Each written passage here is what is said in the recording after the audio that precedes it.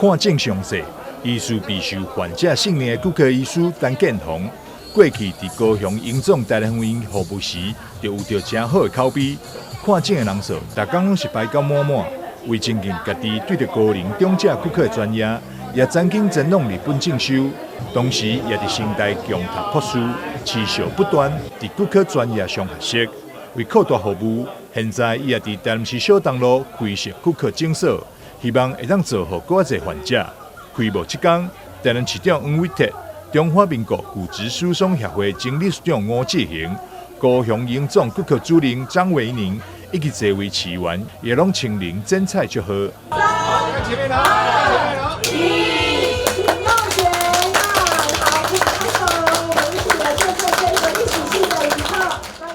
剪彩过后，院长陈建宏也带着所有贵宾参观诊所设备。黄伟哲伫参观过后也表示，陈建宏医师伫骨科领域有所钻研成就，这次自行开业，也为社区医疗加入了一位重要生力军。陈医师啊，事实上在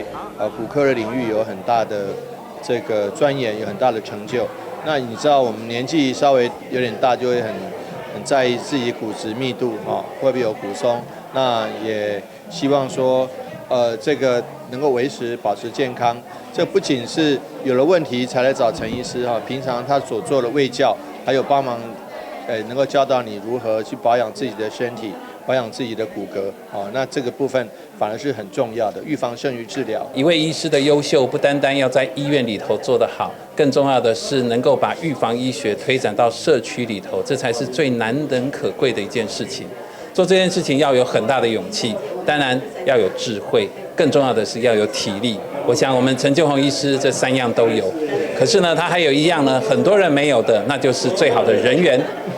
所以呢，我相信他一定可以做到非常的好。尤其呢，他把最重要的高龄化社会需要注意到的骨质疏松症的问题呢，带入了社区，那也引进了最新的机器。伫诊所内底，会当看到真侪甲病医工点嘅医疗检测器材以及复健设备。陈建宏医师也希望透过卫教，让民众了解提早预防的重要性。临时已经严重才到病院来就诊。这些年在医院治疗非常多骨松、肌少所带来的并发症，但后续治疗的效果、手术都还不错，但病患面对到的是长期慢性失能、卧床、等床最后的结果。一直在思考如何在预防医学积极的介入，因而选择在这个时间点毅然决然出来创业。如何在还没有骨松、还没有肌少状况下，积极的提早介入，不管是用药物、透过肌肉力量的训练，或是疼痛的共治与疼痛共舞，这当中我们选择如何跟它平衡共存，提早的来达到